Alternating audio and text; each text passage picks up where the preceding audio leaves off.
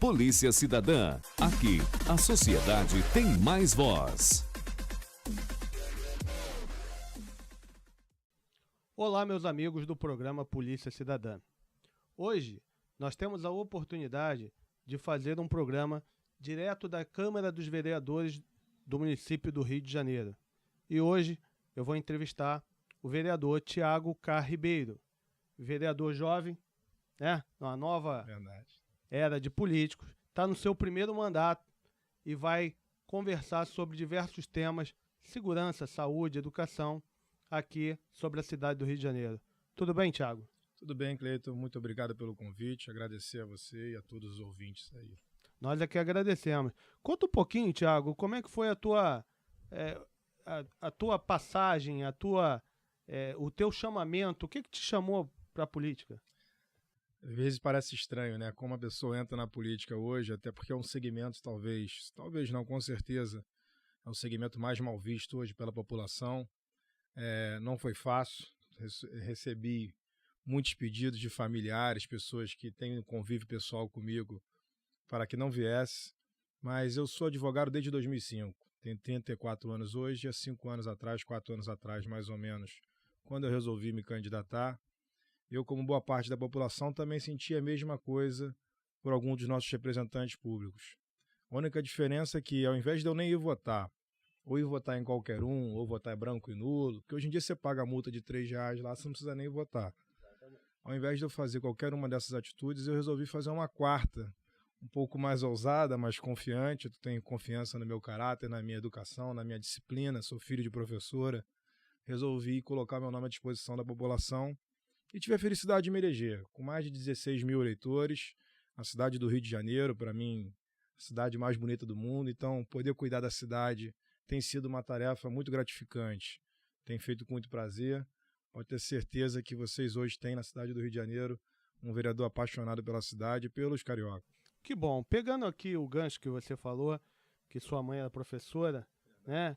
E que o tripé da base de uma sociedade é saúde, educação, segurança, e o nosso programa ser um programa chamado Polícia Cidadã, e a cidadania está enraizada, a educação é uma base tem que ser uma base da nossa sociedade.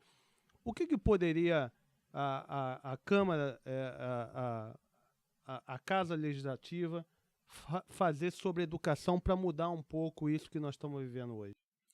Olha, Cleiton, a gente votou aqui no início do meu mandato, logo no meu primeiro ano, sobre muitos protestos, até que surgiu aquela história toda do Black Bloc aqui na casa. Nós tivemos a casa invadida durante mais de 20 dias. Nós votamos o maior programa de salários das capitais do Brasil na cidade do Rio de Janeiro, colocando o valor do salário, um programa para os professores num alto patamar. É óbvio que não era o desejado, acho que sempre procuramos remunerar melhor os nossos profissionais e principalmente os professores que têm essa linda tarefa de ensinar aos jovens, às crianças, dando oportunidade de vida que eu tive, mas que a gente torce para que os outros cariocas que não tenham tantas condições ou tiveram a oportunidade de vida que eu tive, poder ter, né? Acho que a educação é o primeiro passo, é a ponte para o futuro. E se Deus quiser, acho que a gente vem fazendo um programa belíssimo hoje na cidade do Rio de Janeiro com a educação. Existe um programa da fábrica de escolas do prefeito Eduardo Paes, totalmente diferente do que a gente vê no Brasil afora. Eu já vi governador e prefeito inaugurarem uma escola, mas eu nunca tinha visto ninguém inaugurar uma fábrica de escolas, né? Você tem uma noção o que é isso? O ex-governador Leonel Brizola, que foi o nosso top governador aí em termos de educação, construiu na cidade do Rio de Janeiro aproximadamente 115 escolas. O famoso Brizolão, né? O prefeito Eduardo Paes, ao longo desses 7 anos e meio, 8 anos agora, no final desse ano, vai entregar quase 330 escolas. Então é uma rede de escolas que está sendo espalhada pela cidade inteira. As crianças estão estudando em turno único. Isso quer dizer que elas têm mais tempo de matemática, mais tempo de português, ficam menos tempo à toa na rua. Eu acho que o lugar da criança é na escola. A gente tem que tentar, sim, através da educação, dar mais cidadania, evitando problemas futuros que depois acabam a própria polícia tendo que resolver. Mas, se Deus quiser, é um programa que a gente pretende ampliar e continuar. Se conseguir ser feitas mais 331 escolas, serão quase 70% das crianças em turno único, o que é importantíssimo na cidade.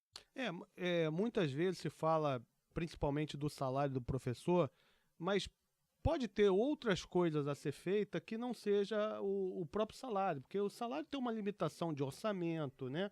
Mas outras medidas que pode ajudar no professor a desempenhar o seu melhor trabalho, né? Tem, com certeza. Nós mudamos não só o salário, né? Mas fizemos uma progressão de salário. O professor começa com um valor, vai terminar com outro. A questão da quantidade de horas trabalhadas também. Então foram diversas questões que nós avançamos, não só dos professores, mas dos agentes educadores, dos agentes auxiliares de creche, a todos os profissionais de educação que devem ser vistos como grandes mestres, né? Eu acho que a gente fala muitas vezes do professor e esquece um pouco do restante dos profissionais. Eu acho que a gente, quando olha para uma categoria, tem que olhar por inteiro. Não adianta também a gente só construir escolas e ter um salário de professor baixo. Não adianta só melhorar o salário do professor e não melhorar o salário de todos os profissionais que envolvem a rede. Eu acho que essa foi a nossa intenção. Como nós fizemos aqui uma votação, votamos 34 leis, que depois foi sancionada pelo prefeito Eduardo Paes, e que hoje melhoraram muito a educação na capital. Nós paramos com todas aquelas manifestações que haviam no sentido de educação. Os professores demoraram um ano para começar a entender isso, mas na verdade, quando o dinheiro começou a cair na conta, realmente as pessoas viram que nós avançamos muito, mas não podemos deixar de lembrar que ainda precisamos continuar avançando.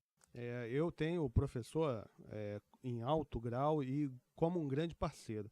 Eu trabalho na repressão ao crime de abuso sexual em crianças e adolescentes, e um dos grandes parceiros nossos é o professor que está ali, está o dia a dia com a criança e que pode ver a criança deprimida, a criança com medo, através de um desenho, através de um versinho, ela pode identificar uma criança que está sendo abusada, né?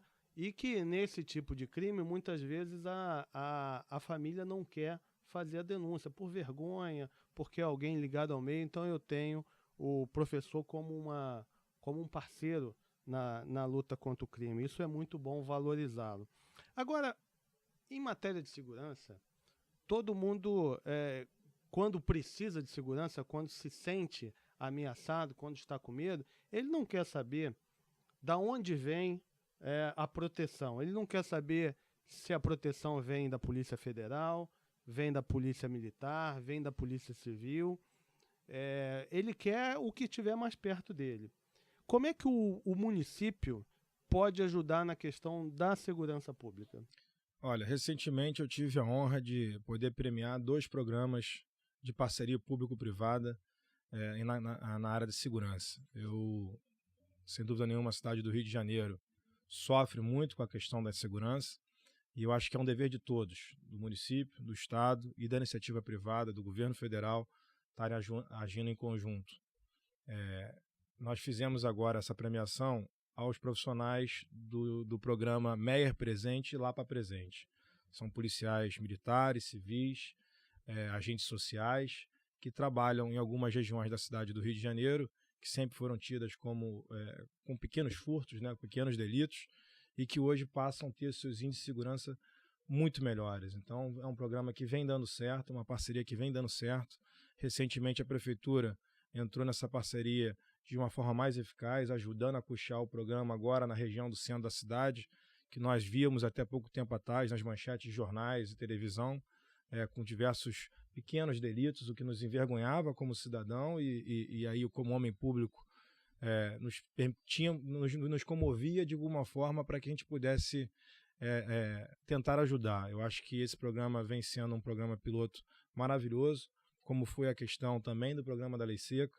Eu acho que diversas vidas foram salvadas ali. Eu tenho certeza que os índices de criminalidade na cidade do Rio de Janeiro, através desse programa, irão diminuir bastante. Se Deus quiser, é um programa que a Prefeitura pretende ampliar. Eu acho que a Câmara dos Vereadores vai apoiar perfeitamente.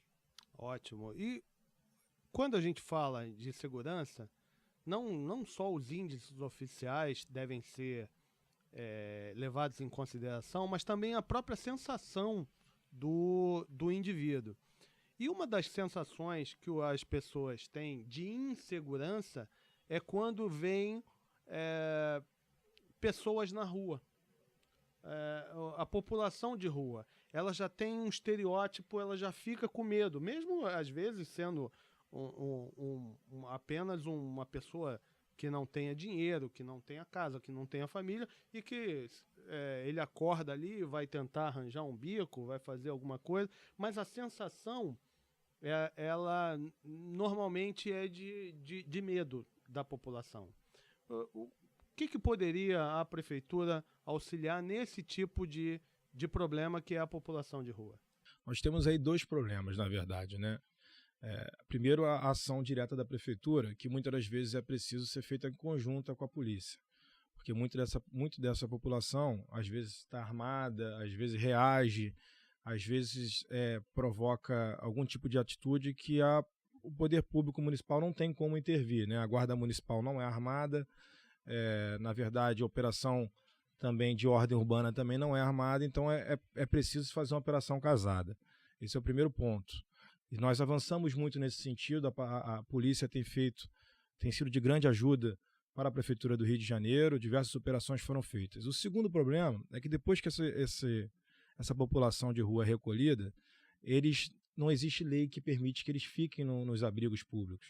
Então a gente muitas vezes recolhe, dá banho, cuida, no dia seguinte essas pessoas saem dos abrigos públicos, a gente não tem nada que segure eles lá. Hoje em dia a nossa legislação é preciso ser revista, é uma legislação que é preciso ser revista no governo, lá em Brasília, na Câmara dos Deputados e no Senado. Eu acho que o Congresso tem que se manifestar sobre isso, porque nós vivemos uma realidade muito complicada. Tem pessoas que são recolhidas da rua que a gente sabe que não tem a menor condição de voltar, e ela não tem a menor condição de raciocinar. Então, essa pessoa que não tem um pai que talvez possa interceder por ela, um familiar mais que possa interceder por ela, porque ela é sozinha no mundo, essa pessoa precisa que o Estado exerça esse papel por ela. Então a prefeitura muitas vezes tem a vontade, a Secretaria de Ordem Pública tem a vontade e muitas vezes não consegue. Então eu acho que se a gente conseguir avançar nesses dois sentidos, e como já vem avançando na operação casada com a polícia, acho que a gente vai ter um grande sucesso. Com relação à Secretaria de Ordem Pública, que você acabou de falar, que quando a gente vê na nossa cidade as coisas desarrumadas, as coisas bagunçadas, dá uma sensação de que pode tudo, isso acaba até motivando aqueles pequenos delitos, etc. E eu lembro antigamente das famosas roubaltos, onde você tinha locais onde você ia em determinados bairros e encontrava produtos de roubo, né? E a população acabava comprando, e isso daí acabava fazendo um ciclo vicioso. E quando se pensa em ordem pública, isso está ligado diretamente à prefeitura. Como é que está o trabalho nesse tipo de fiscalização, de arrumação desse nosso convívio urbano?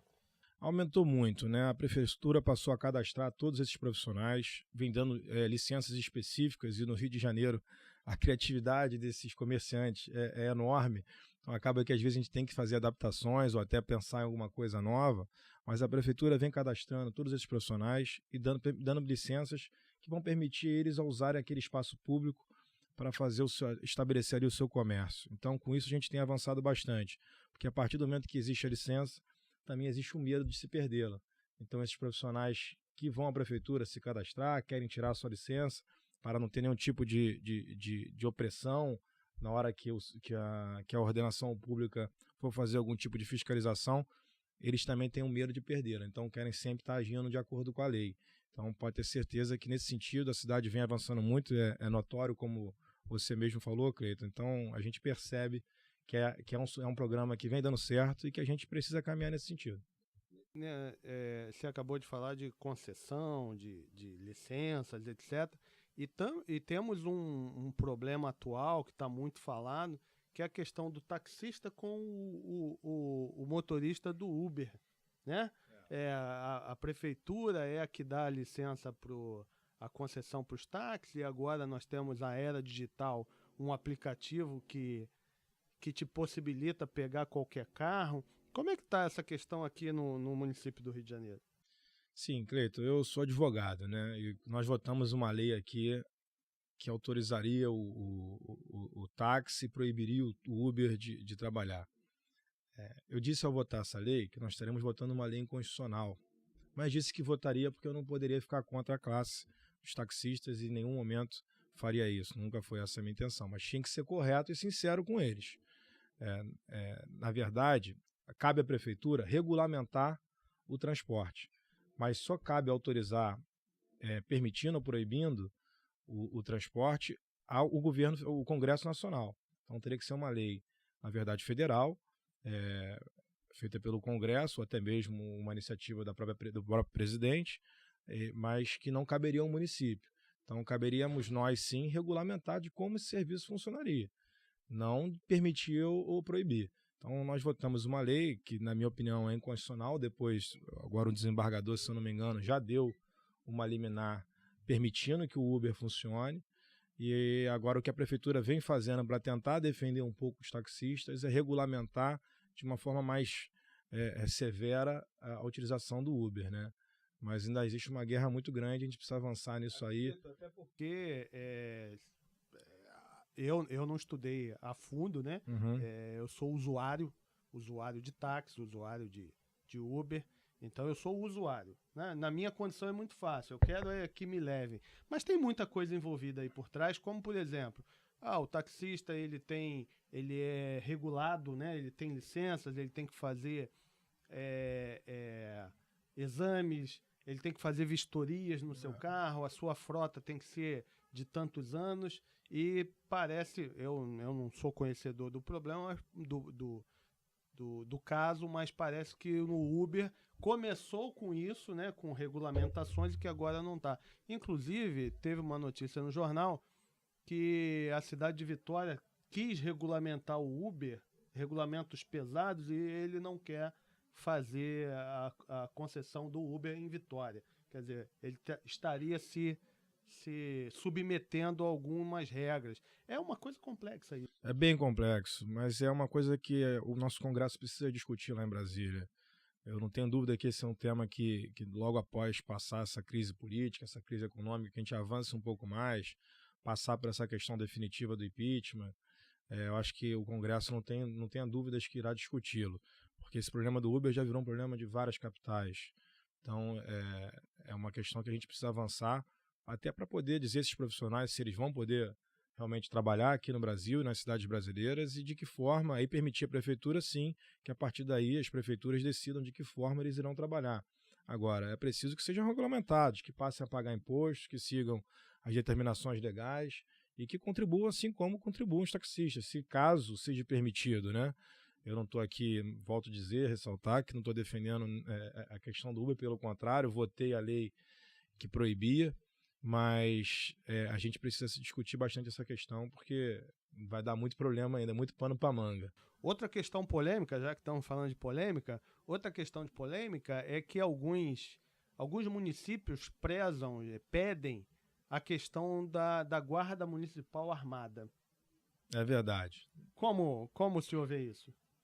Olha, nós quando fomos voltar ao programa de cargos e salários da Guarda Municipal, chegou a ser levantada essa questão pelos guardas, né? A guarda veio aqui, fizeram algumas reuniões com os guardas. Eu fui relator, se eu não me engano, da comissão especial que tratava sobre o tema, presidida, se eu não me engano, pela vereadora Tânia Bastos.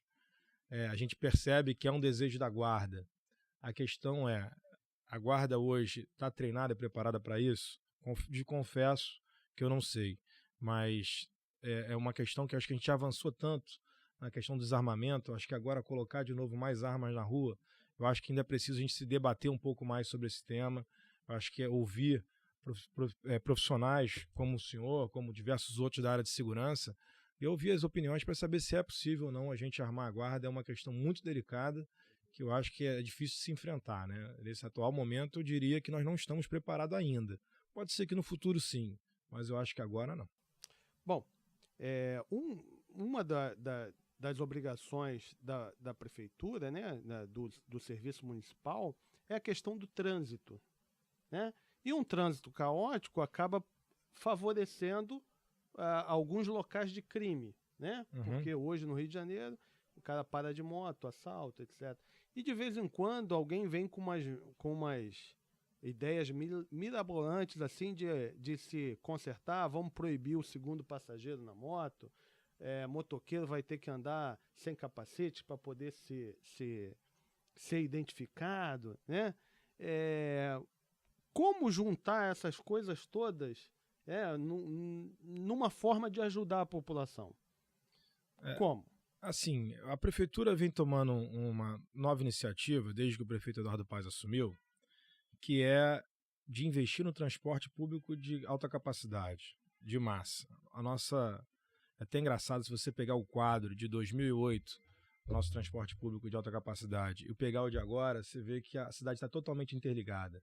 Você consegue ir da Zona Oeste ao centro da cidade, pegando BRT, depois pegando agora o metrô da linha 4 recém-inaugurado, pegando outros sistemas de transporte. Eu acho que a ideia da prefeitura não é privilegiar o passageiro que usa o carro, que usa a moto. Muito pelo contrário, ela é privilegiar quem quer pegar o ônibus, o BRT, o metrô, transporte público de alta capacidade, fazendo com que o Rio avance nessa cultura, né? Eu acho que é uma cultura, a gente cobra tanto do padrão europeu, do padrão americano, e esquece que às vezes a gente tem que fazer o mesmo. Lá fora as pessoas andam de metrô, andam de ônibus. Aqui o carioca ainda tem muita aversão, né? E às vezes quando você vai fazer a baldeação, a chamada baldeação, você tem que pegar um BRT, depois pegar o outro, as pessoas têm muita aversão a esse tipo de conduta, de cultura que passa a ser adotada aqui na cidade do Rio de Janeiro, quando na verdade é o que é adotado lá fora. Então acho que a gente tem que, nesse sentido, avançar. A prefeitura vem fazendo a sua parte. É óbvio que qualquer processo de modificação tem os seus problemas. Eu já vi aí diversas linhas que saíram do sistema, retornarem porque realmente a prefeitura reconheceu que eram de necessidade para a cidade, mas é preciso a gente se avançar bastante, até mesmo para garantir que problemas como esse falado aqui, que acontece no trânsito, parem de ocorrer, né? A ideia é que os passageiros peguem o transporte público, né? Bom, eu falei de um tripé que seria educação, segurança. Agora só falta saúde, né? É verdade. Só falta saúde. Quando a gente lembra de algum tempo atrás, de uma série de locais onde a Cracolândia existia, a gente sempre pergunta assim, por que não tira as pessoas daí? E quando você pensa, por que não tira as pessoas daí, aí você não lembra que tira daí e tem que levar para algum lugar. E quando se fala disso, se pensa logo na prefeitura, né? Como é que, e é um problema de saúde, né? O usuário, aquele dependente, acaba sendo um problema de saúde. Como é que a prefeitura poderia ajudar nesse sentido? É a mesma história dos abrigos, né? E dos moradores de rua. A Cracolândia são moradores de rua, usuários de drogas, né? E essas pessoas, muitas delas não têm mais discernimento, não têm mais condições de pensar. E a gente volta a cair naquela história. O Estado precisa intervir, mas nós não temos legislação para isso, para segurar as pessoas nos abrigos. A prefeitura tem alguns abrigos públicos espalhados pela cidade, abrigos de qualidade, mas o programa avança pouco, porque nesse sentido a gente não tem legislação que permita. Os que eu vejo tendo mais sucesso são os abrigos até mesmo adotados pelas igrejas, né? Seja ela católica, evangélica, seja qual fosse a denominação. Esses programas que são feitos pelas igrejas com esses usuários dependentes de droga são os que têm mais índice de sucesso. Eu acho que a gente tem tentado avançar nesse sentido, mas é preciso se discutir leis para isso, para que permitam a prefeitura realmente atuar como um pai e uma mãe. Eu, se tivesse um filho nessas condições, Deus que me livre, me guarde, mas se tivesse um filho nessas condições, eu internaria meu filho numa clínica particular e colocaria ele lá até que ele se tratasse. Eu acho que o que o Estado tenta fazer, a prefeitura tenta fazer, é exatamente isso. Só que hoje em dia nós não temos legislação para isso, então logo depois essas pessoas são obrigadas a serem soltas, né? Se for da vontade delas. Então nós temos que precisar avançar bastante. Esse tripé é bem engraçado, né? Porque as pessoas elas confundem muito educação, saúde e segurança, o que é municipal, estadual ou federal. Eu vejo a questão de segurança o tempo inteiro sendo colocada dessa forma, assim como os hospitais. As pessoas não sabem se o hospital é do município ou do Estado ou da União. E agora, então, que o município é governado por um partido, que é o mesmo partido do governo do Estado e o mesmo da União, é que as pessoas cobram ainda mais, né? Mas a gente cai sempre nessa discussão aí. qual é a esfera que é competente, né? A pessoa doente, ela não quer saber de Não, quem é o não, hospital, ela não. quer a cura, Ser né? tratada, se quer ser tratada. Com certeza.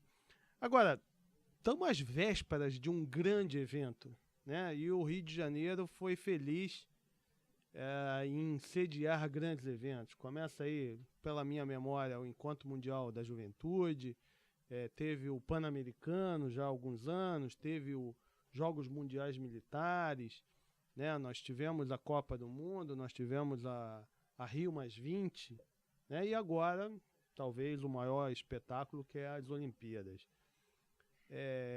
O Rio de Janeiro aproveitou esse calendário, essa conjunção aí de astros e vai aproveitar isso daí para o futuro? Se Deus quiser, não tenho dúvidas que irá. Na verdade, a cidade do Rio de Janeiro, antes das Olimpíadas, tinha um grau de investimento na ordem de 2 bilhões. Esses últimos 7 anos e meio, a cidade teve um grau de investimento na ordem de quase 30 bilhões com as Olimpíadas. Dinheiro que vai ficar para a cidade. São obras que ficarão para a cidade. O BRT ficará na cidade. A recém-inaugurada Transolímpica, que logo após as Olimpíadas estará à disposição da população, ficará para a cidade. Esses túneis hoje aqui do Porto, da região do Porto, no centro da cidade, ficarão para a cidade. A região do Porto revitalizada ficará para a cidade. Diversas obras de ciclovias, o viaduto novo de São Conrado para Barra, foram obras fundamentais para a cidade e que muitas delas não eram nem compromisso olímpico, mas hoje já estão à disposição da população. Nós temos a questão do metrô, que foi ampliado até a Barra da Tijuca. Eu costumo citar muito o metrô, que eu lembro desde pequeno que em campanhas de políticos eleitorais, né, na época de eleição, a gente via aquela história de eu vou levar o metrô para Barra. O metrô agora chegou, né? Óbvio que poderia ter chegado muito antes, como cidadão todos queríamos isso, mas agora chegou. E são obras que vai ficar para deixar a nossa cidade com certeza ainda mais bonita, né? Com certeza. Muito, muito, muito, muito mais bonita. Gente, espero que vocês tenham gostado. Eu conversei hoje aqui e poderia o papo continuar durante muito mais tempo com o vereador Thiago K. Ribeiro. E deixo aqui a oportunidade para as suas palavras para o nosso ouvinte que está aqui em casa, ou no carro, ou com o celular, ou na nossa página no Facebook e que nos acompanha sempre. Olha, Cleiton, muito obrigado a você, a todos os ouvintes. O convite foi, para mim, muito gratificante. Será um prazer, participar e será um prazer retornar aqui para participar com vocês no programa. Dizer aos ouvintes que aproveitem a cidade do Rio de Janeiro, aproveitem as Olimpíadas. A cidade está linda e a festa vai ser mais bonita ainda. Se Deus quiser.